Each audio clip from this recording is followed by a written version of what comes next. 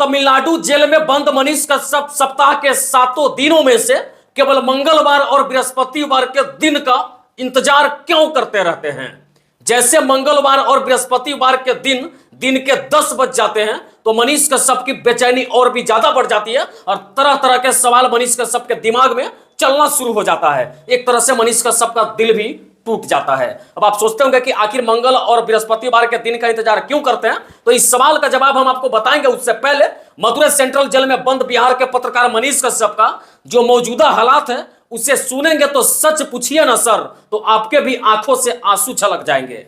अब आप सोचते होंगे कि आखिर मुझे उनके मौजूदा हालात के बारे में कैसे पता, तो हाल में मनीष कश्यप के चचेरा भाई मनीष कश्यप से मिलने के लिए मदुरै सेंट्रल जेल गए थे और जेल से मिल करके आने के बाद जब उन्होंने एक इंटरव्यू दिया तो सच पूछिए तो उस पूरी वीडियो को देखते देखते मेरे आंखों से आंसू छलक गए।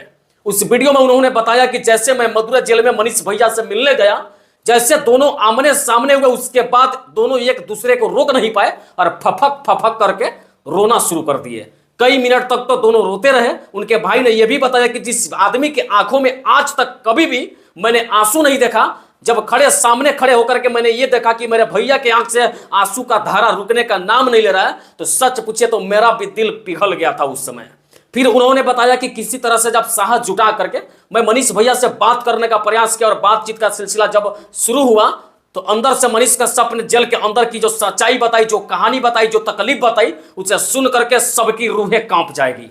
मनीष कश्यप ने कहा कि क्या कहूं भाई, मुझे तो कुछ पता ही नहीं कि मैंने किया क्या। आज भी मनीष कश्यप ये सवाल पूछ रहा है कि मेरी गलती क्या है, कोई इसका जवाब तो मुझे बता दे, मेरी गलती तो कोई बता दे। और यही सवाल पूछते पूछते मनीष कश्यप ने सरेंडर किया। सरेंडर करने के बाद आर्थिक अपराध इकाई की टीम ने पूछताछ किया और यही सवाल पूछते पूछते मनीष कश्यप तमिलनाडु के मदुरै जेल गए और जेल जाने के बाद यही सवाल पूछते पूछते तमिलनाडु की सरकार ने मनीष कश्यप पे एनएसए तक लगा दिया। और जेल में बंद होने के बाद भी मनीष कश्यप यही सवाल पूछते हैं कि आखिर मैंने किया क्या, मेरी गलती क्या थी। फिर मनीष कश्यप ने कहा कि मैंने सब कुछ बर्बाद कर दिया। सब कुछ बर्बाद इसलिए कर दिया कि मैंने अपने माँ बाप के लिए भी कुछ नहीं किया, अपने भाई के लिए भी कुछ नहीं किया, मेरे परिवार वाले मेरे लिए इतना किए लेकिन मैं आज कुछ नहीं कर पाया उनके लिए। और जिस बिहार के लिए मैं लगातार लड़ता रहा, जिस बिहार के लिए आवाज उठाता रहा और जिस बिहार की लड़ाई में मैं सबसे पहले आगे खड़ा हो जाया करता था, वही बिहार के लोग आज हमसे मिलने नहीं आ रहे हैं। यह बड़ी दुख की बात है और इस दुख के घड़ी में मेरे साथ केवल मेरे परिवार वाले खड़े हैं, जिस परिवार के लिए मैंने कुछ नहीं किया है। फिर मनीष कश्यप ने यह भी कहा कि मैं क्या कहूं तुमसे, कह रहा हूं खाना के बारे में, लेकिन तुम किसी को बताना नहीं। सप्ताह के 7 दिनों में से 2-3 दिन तो मैं ऐसे ही भूखा रह जाता हूं। यहाँ का जो खाना है मुझे पसंद नहीं आता। खाना में केवल चावल, जेल का जो मेनू है उसमें केवल चावल और सांभर मिलता है। सांभर मतलब सब्जी मिलता है और सब्जी में पानी की मात्रा ज्यादा होती है, जो मुझे पसंद नहीं आता। फिर उनके भाई ने पूछा कि क्या आपको घूमने दिया जाता है या नहीं दिया जाता है, तो फिर मनीष कश्यप ने बड़ी तकलीफ भरे अंदाज में कहा कि मेरे लिए एक स्पेशल सेल बनाया गया है और उसी 10 बाई 10 के सेल में मुझे 24 घंटा बंद करके रखा जाता है। ना तो किसी से मिलने दिया जाता है और ना ही जेल के अंदर किसी वार्ड की तरफ घूमने दिया जाता है। मेरे साथ इस प्रकार का व्यवहार है।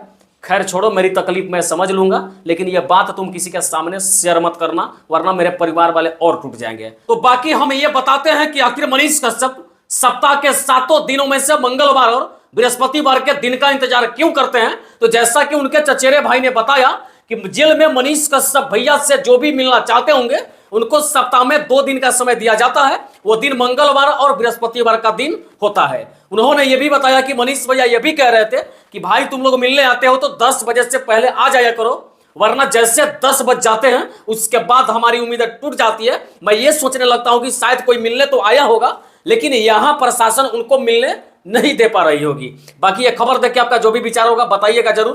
बाकी इस पूरे प्रकरण को सुन करके उम्मीद है कि आपकी आंखों से आंसू जरूर छलक गए होंगे। जय हिंद, जय बिहार।